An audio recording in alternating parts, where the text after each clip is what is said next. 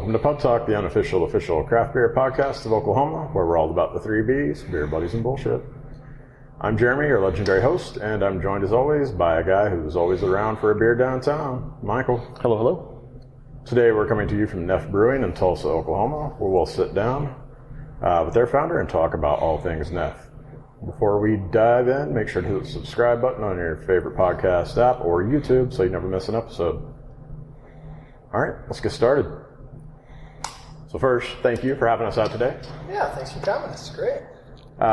We always like to start these spotlight episodes off just with letting you kind of introduce yourself to everybody, who you are and what you do. Sure. All right. So, I'm Jonathan Neff. I'm the founding member and head brewer here at NEFF Brewing. Got my start in brewing like most people. It's home brewing. Mine's a little bit different in that it came out of necessity. I wanted to be able to drink beer. I'd been diagnosed with Celiac Disease in 2012, and all of a sudden had the entire craft beer world cut off from me. So I started home brewing, and hobby became a passion, and then that passion became my career so far. So yeah. Everything we do is gluten-free, though we like to think that our beer can stand alongside any other craft beer out there. Just being gluten-free doesn't take away something. We're not removing something from the beer. I'm actually brewing my beer with different starting materials. I use millet, buckwheat, rice, and quinoa to produce all of our beers, so they're naturally gluten-free. Most of the time you can't really tell that it's a gluten-free beer. Trained beer judges haven't been able to do so, but one thing I'm still working on are and I'm well aware of, is our stouts. They're really good, but because they don't have that gluten in there in the mashing process we use, it's really hard to get a big, thick, heavy body stouts. I'm always jealous when I see everyone around town with those, really thick imperial stouts, and ours just isn't quite there yet. Gotcha. But we're working on it. We'll get there. Okay. So that's kind of who we are. We like to say we're brewed for everyone, because apart from being gluten-free, we also strive to have totally allergen-free beer. So we don't generally do milk stouts. We're a nut-free facility as well, so we don't do like nut brown ales. And then we've got our kitchen across from the bar over here as well. And so all the food we serve is gluten-free, and we try and be allergen-conscious there as well. Okay. So, yeah. Awesome. We always like to ask the story of how you came up with the name for the brewery. Sure. Yeah, so we were originally New Era Fine Fermentations. Makes the acronym NEFF, which is my last name. And I also like the idea of the name New Era Fine Fermentations because we're kind of doing that. We're brewing with new malts, new ingredients, trying to change the definition of what beer can be. And, it was a new thing, and sadly, we actually got hit with a slap suit by an unnamed company, but we got sued over our name. I can say they're not an Oklahoma company, and because of that, we were fighting back and forth over our trademarks. We had been granted our trademark office saw no issue. But the company had much, much deeper pockets than we did, and they were kind of bleeding us dry, so we decided in the end to kind of cry uncle and say, fine, we're going to switch to just NEFF Brewing. We still occasionally use a slogan, a new era of fine fermentations, but that is no longer the name of the brewery. We're still working on getting the name changed on the front of the building. Hopefully that'll happen this spring. But we are now officially NEFF Brewing, brewed for everyone. And I still like to think what we're doing here is a new era of fine fermentations. But that's kind of the reason we've changed our name. And the backing of it, of NEFF, is really just because it's a family-owned company as well. My dad and I are both owners in it, along with 8 other investors now. So between all of us, we are NEFF Brewing. Awesome. Okay. You already kind of talked about it a little bit in the intro there, but let's just talk a little bit more about the gluten-free process and why it's important that we have a gluten-free brewery, how it's different from other brewing processes. Sure, yeah. That's a great question. The gluten-free beer we're doing here, I like to think, is just a new form of the craft. I mean, you have people out there brewing and putting all different kinds of things in the beer. I mean, you've got these, like Omnipolo out there doing these awesome, like crazy out there stouts and things like that. And so for me, it's just like, well, why can't people just have that same opinion of beer being brewed with other malts? I mean, people will make a spelt saison on occasion. What's the big deal of a millet pale ale? And so that's what we're doing, and that's how we view our brewing. It's not just we're making gluten-free beer. We're making and crafting beer that just happens to not have any gluten in it naturally. We don't use barley, wheat, or rye in any of our beers. It's all the four main grains we use are millet, buckwheat, rice, and quinoa. We do our best to steer clear from sorghum. Sorghum, though it can make a really good beer of certain types, you're not going to make a very good stout with a sorghum base. It's going to be hard to make malt-forward beers with sorghum. Hop-forward beers are okay. So the one sorghum beer we have is our G-Force Grapefruit Double IPA. It's totally hop-forward, and we use some other ingredients in there as well, so that the sorghum flavor is kind of masked. It's the kind of twang you get from the sorghum works pretty well with those hops, but generally speaking, in most beers, that's a flavor you want to steer clear from. All the other beers we brew are brewed with those four main malts, and we're doing it so everyone can be included in the craft beer scene. I was living abroad for a while. When I moved back after my diagnosis, craft beer was just booming in Tulsa, and I really wanted to be a part of that scene.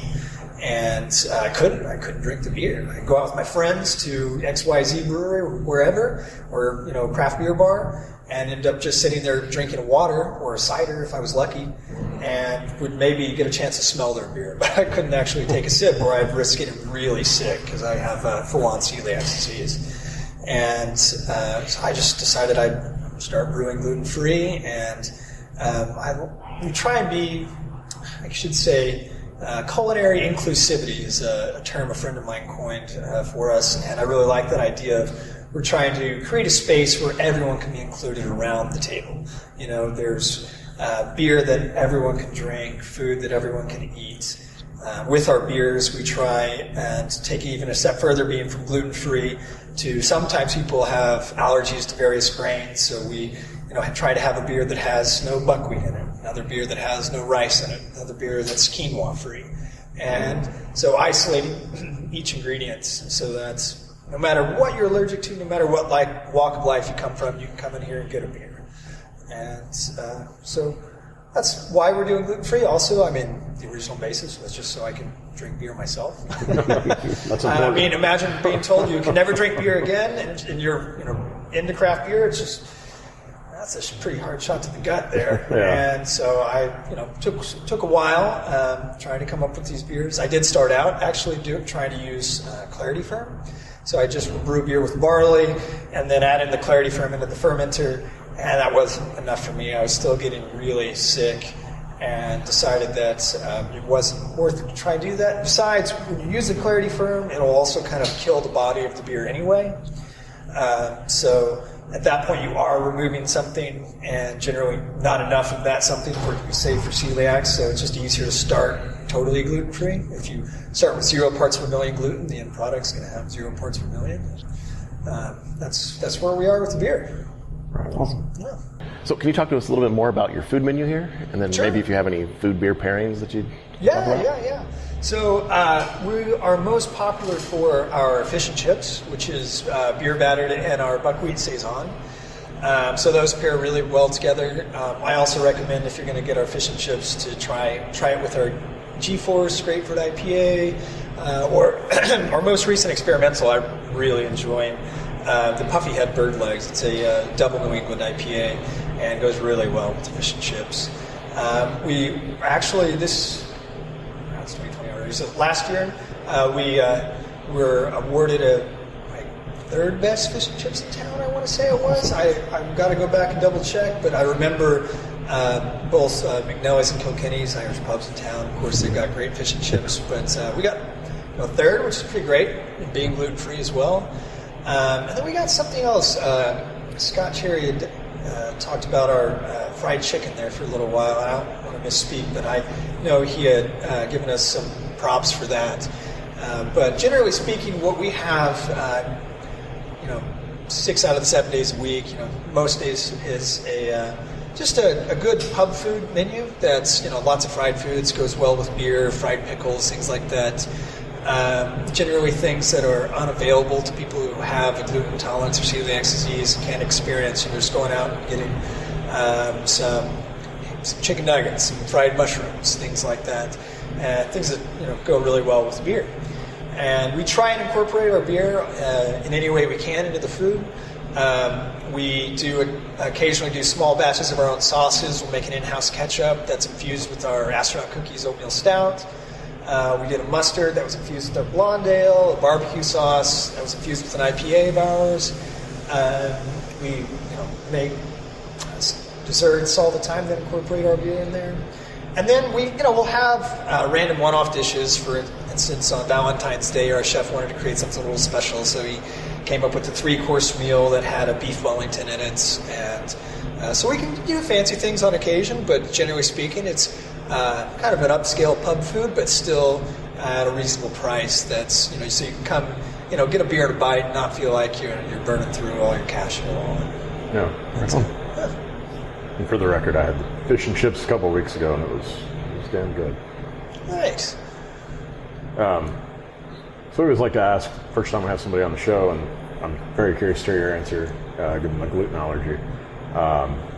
First craft beer, and if you have like an epiphany beer where you went, I just drink craft beer now. So I distinctly remember it. I was at my parents' house, and it was Anchor Porter. Okay. And I got really into porters at that time. Anchor's was great, had the right amount of bitterness. I was new to craft beer, and I loved the little bottle it came in. And that was my introduction to it. And I realized, wow, I like dark beers. I like bitter beers. I like things that have more character. That's not just yellow fizzy water. And that's what I was drinking there for a long time, unknowingly hurting myself with my celiac disease. I've had it my whole life, but I didn't get diagnosed until I was, how old was I? 2012, so 8 years ago. I guess I was 23 going on 24. Okay.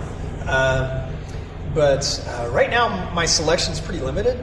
I can drink a few of the gluten-reduced beers out there. I can have 1 or 2 before I start to have a reaction. Of the larger, more mass-produced breweries, I really like Stone Delicious IPA. I can drink 1 or 2 of those, and it's always a treat.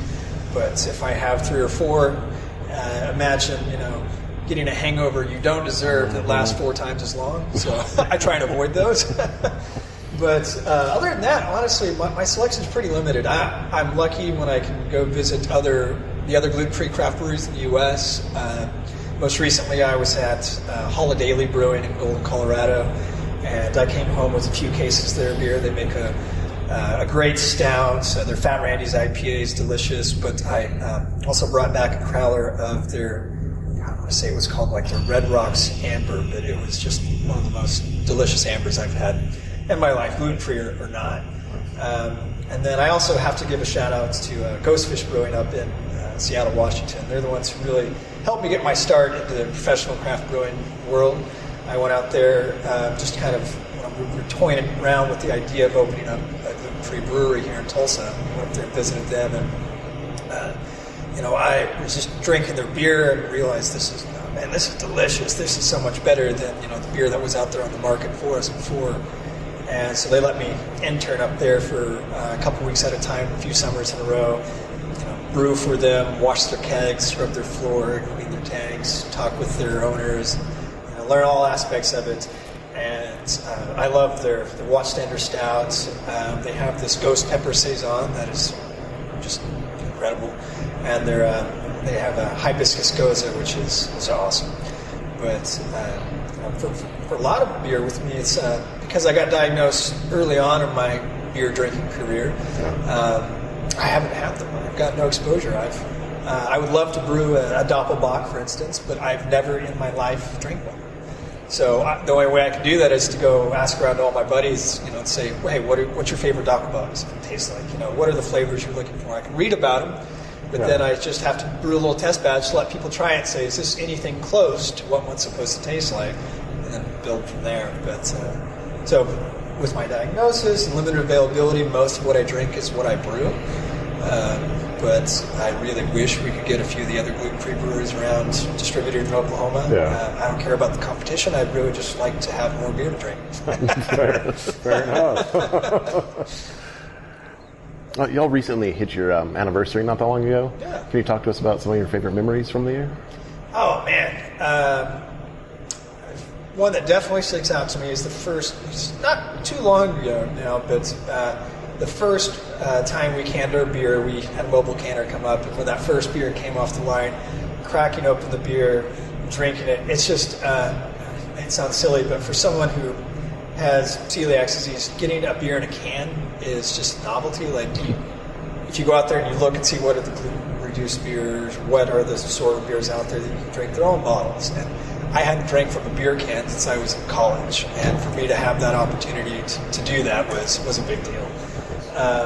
That was great. I remember right as we were first getting opened, there was some kind of confusion with the ABLE Commission and the Tulsa Health Department about our licenses and when we were getting them. And so we had brewed the beer and filled up all of our tanks with beer, only to have, we were given the okay from ABLE, only to have the health department come by and say, oh no, we wouldn't give you the okay to brew. All this beer is going to have to go down the drain. And I just about had a heart attack. Like, I've put 70 barrels down the drain. We haven't even sold the beer yet. Oh man, I about shit myself. But luckily, after talking through them, no, it was just an error in paperwork. We were okay, and we got to keep the beer. Okay. But my God, that was a heart attack. That's when you call up all your friends and you just drink it all. Yeah, God, that was so scary. But yeah, no, the 1-year anniversary party was just surreal. And to think that we were, I mean, it only felt like a few weeks since we had last opened. I've been going 90-0 this whole time, and seeing the look on people's faces that we were still here, our regulars. It's just kind of it's fun to see their faces, especially the people who have celiac disease, who come here because it's the only place they can really safely go out to eat or have a beer.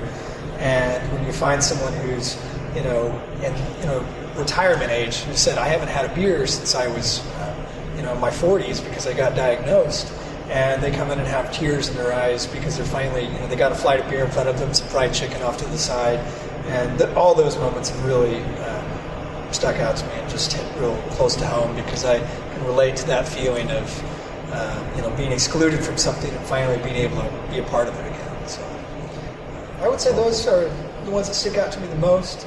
There's been a few memorable boilovers in the back, and a few scars to show for it. But other than that, it's been a pretty fun year. Another question we like to ask people when they come on for the first time and fits right into what you're just talking about is if you've had that one holy shit moment where you go, oh, this is really happening, and I've got my own brewery and everything. Yeah, I have to say that happens on occasion when I come in, kind of like today, early on a Monday morning, and I walk into the tap room, and I remember where we were at a little over a year ago now, when things were just kind of getting mapped out on the floor before we'd started construction. I guess it's going to be 2 years ago this April we started construction. In April 2018, and just kind of thinking how far we've come. Yeah. I mean, this building was just an empty box. There was nothing in here. We built all the walls. We built everything out.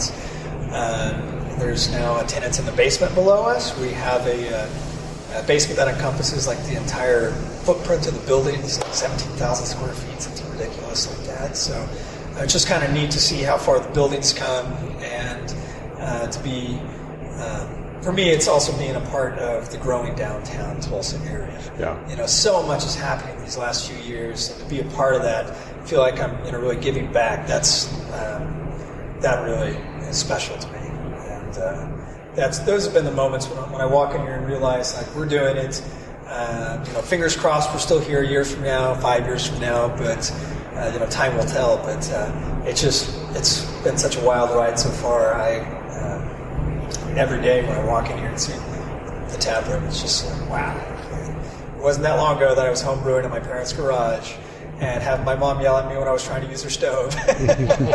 And to now be on our 10-barrel system with a 1-barrel pilot system, that's 5 times as big as my homebrew system was. This is great.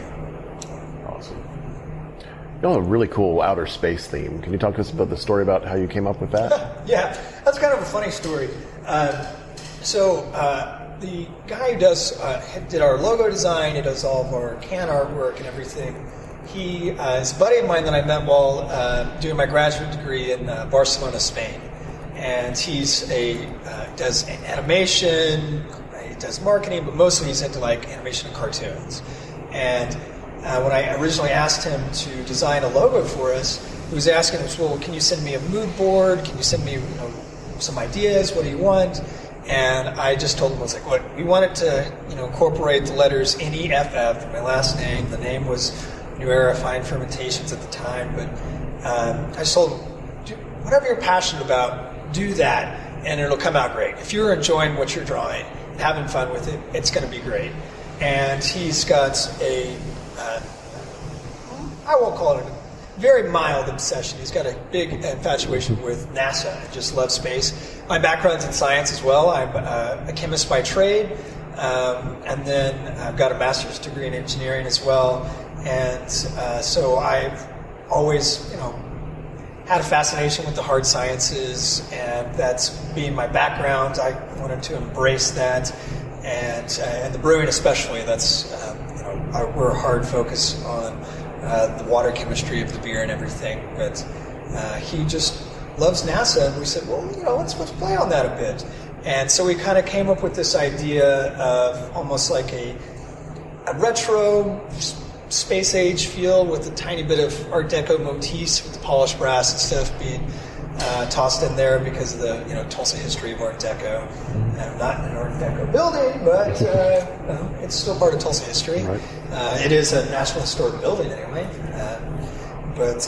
So we're kind of playing around with that. At least for our flagship beers, we're going to stick with that, space names for the most part.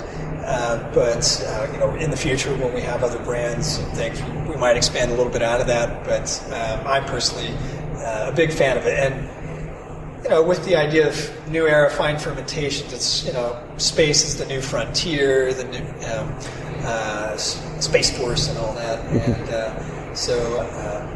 it all kind of ties together a little bit. And plus, it's fun. Yeah. Awesome. So you guys recently started distributing your beer in cans. Yep. Alluded to that earlier. I think so far it's just Tulsa and Oklahoma City. Mm-hmm. Any plans to get anything anywhere else? Or I hope so. We right now are just kind of starting discussions with a few possible distributors. Right, we're still self-distributing, and we plan to continue that and keep expanding that as much as we can until we get a deal signed. If we decide to do so. Though I could say self-distribution is kind of a headache, so I'd like to stop doing it as soon as possible. So we're actually hoping to get a couple more brands in cans soon. A sour and a lager, hopefully before the summertime. Okay. And then we'll take those main 5, because we've got the blondes, our Belgian Pale Ale, and our oatmeal stout already in distribution. We want to get those 5 as far and wide as we can. I hope to continue to expand farther. Right now, with our self-distribution, we're kind of starting to expand into the greater Tulsa area, so we're hitting places like Muskogee, Bartlesville, Bristow, Sapulpa areas, expanding there. We're just barely, expanding outside of the Oklahoma City area because we've only just started that market recently. Mm-hmm. Hit a couple spots in Edmond and Norman, and hopefully keep expanding around there. We'll see. We might be here in 90 days. Might be statewide if we sign on with the distributor, but it just kind of depends on who they're selling to. So. Gotcha. Awesome. Can you talk to us a little bit about some of the events that you have going on here at the tap room? Sure. Yeah. So we try and have. Honestly, saying any and all kinds of events is a little too encompassing. But with our Brewed for Everyone slogan, we try and do our best to just bring people into the craft beer world who might not necessarily be a part of it before. So most recently, we've been partnering with Tulsa Global Alliance, bringing in international travelers. So like last week, we had a group of about 12 French teachers in town, and then they were all from all over France, and they were visiting local area schools, and we brought those local school teachers in with the French teachers to come and socialize over a few beers. That was a really fun event. We just had our Valentine's Day masquerade party, which was a blast. But the big event of the year that we always look forward to, we did last year, and we're starting plans this year, is with the Tulsa Tough. We have, last year we were their official pickup location, and we hope to be again this year. We're trying to plan that out so all the riders can come by, pick up the race packets, get a beer. And because the Tulsa Tough starts just about a half block away from us that first Friday night. But coming up next month, we've got an event with Project Bar. Going to be doing some leather koozies. I think for pint glasses, actually. We're going to have a pint night that day as well. We'll have a beer release on the 1st. We're going to be releasing a beer akin to an Irish Stout, our best rendition of one, since there aren't any gluten-free Irish Stouts on the market. So you guys can come tell us if it's a good enough one. Let's see what else we got going on. I'm also really excited to be a part. It's this coming Saturday, Dark Mode Beer Festival. Yeah. Welltown's putting that on. They invited us to be a part of that. I love the guys over there and what they're doing for the craft brewing community, especially the downtown breweries, helping just kind of people I think associate downtown with being where beer festivals can be. And I think it's a great idea for one. I'm excited to be a part of it. I personally won't be there. I'll be on my first vacation of 4 years, much needed. But we'll have a few guys out there pouring beer for everyone. And then the next week we'll be at Splash at the Jinx Aquarium. Yeah. And that's always a really fun event. This year we're excited. We'll be bringing food as well to the event since we've got the kitchen. Let's see. I mean, we've got a lot of events planned. All the beer festivals, you basically count on us being there. We've got Conservation on Tap at the Tulsa Zoo in April, and basically any Tulsa area beer festival, we'll try and be there.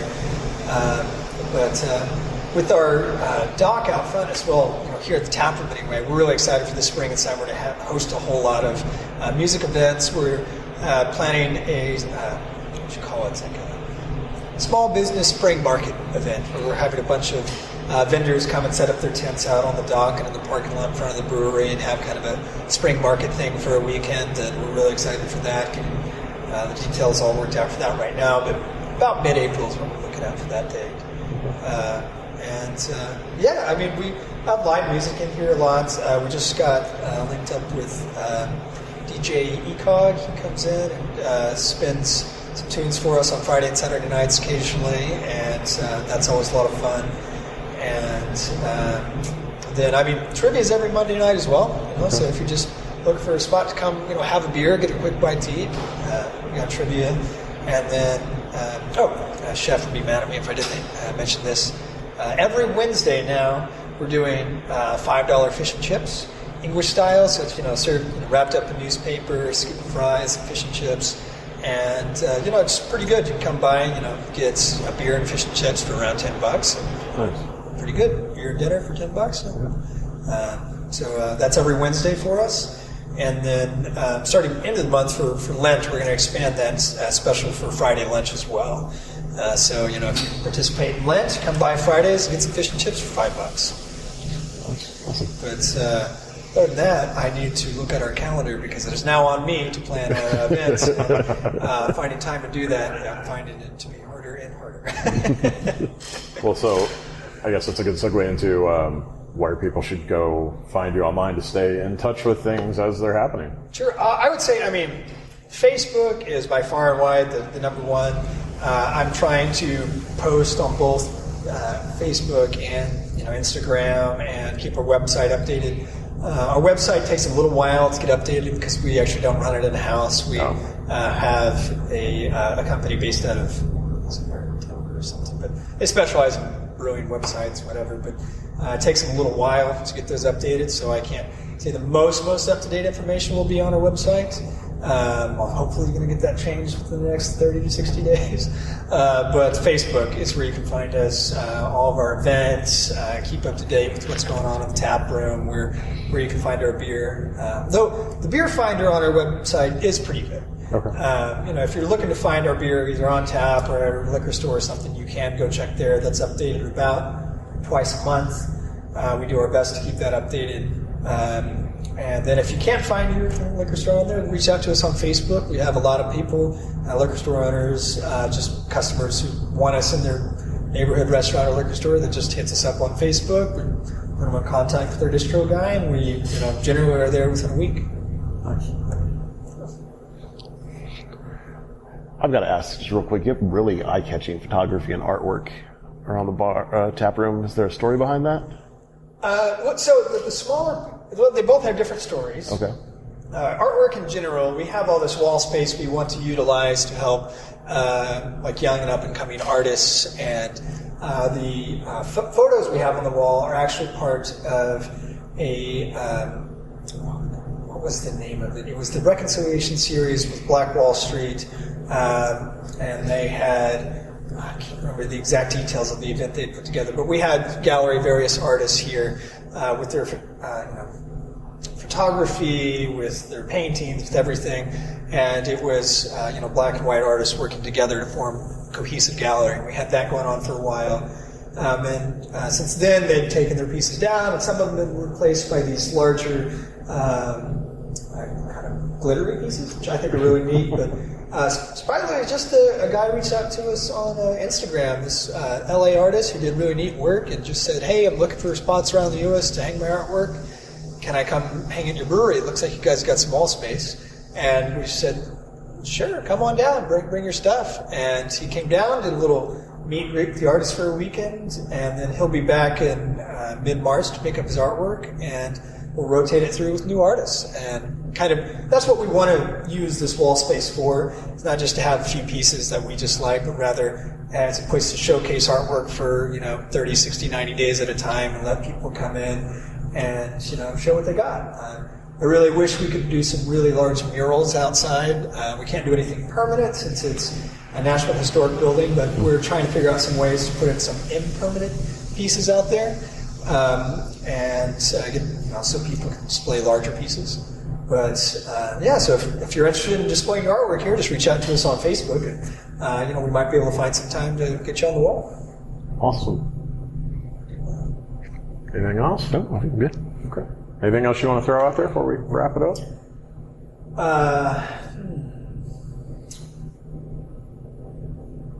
Not really. I mean, unless someone can figure out how to get me an 8th day in the week or more hours a day to work.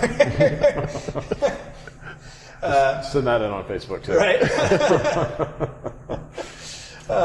Yeah. No, I mean, just come on down and visit us. I guess one of the main things I want people to see is just come and try us for yourself. I know a lot of people have the idea in their head that gluten-free beer can't taste as good because something's missing from it.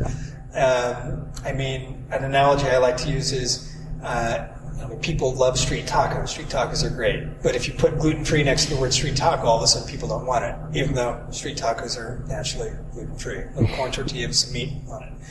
And so the gluten-free really doesn't need to have that stigma there. I mean, it can be made well. It's just a matter of paying attention to the craft and caring about what you're making. And I think the other breweries in the U.S. who are doing this too are doing a stand-up job, and it's just about caring about the product, caring about the people who are consuming your product, and wanting to make the best possible beer out there. And so just come by and try a sip, and I'm sure we can find a beer that you'll like. And I like to say, Hank will always come out and say, I challenge you to come by and see if you can taste that they're gluten-free, because most people who come in here drink it. They don't know it's a gluten-free brewery. They don't know until we tell them it is. Yeah. So that's just, we're trying, it's a big mountain to overcome, big hurdle, but trying to destigmatize the idea of gluten-free. So, yeah. Well, thank you again for having us. Yeah, thank you guys. Great. That guy said, "Don't let the door hit in the vagina on the way out." That was hilarious. You've just listened to another round of Pub Talk. Thanks again to NEFF Brewing for having us out today. Make sure you follow them on social media for the latest and greatest, and stop by the next time you're in downtown Tulsa. As always, if you like what you heard, show us some love all over social media at Pub Talk Podcast. And to continue getting alerts every time we drop an episode, don't forget to hit that like and subscribe button before you go. You can also find out all you've ever wanted to know about the show and more by heading over to our website, pubtalkpodcast.com. And remember, folks, there's never anything too big or hard in life that you can't handle it over a few beers with your good friends. So until next time, just chill to the next episode.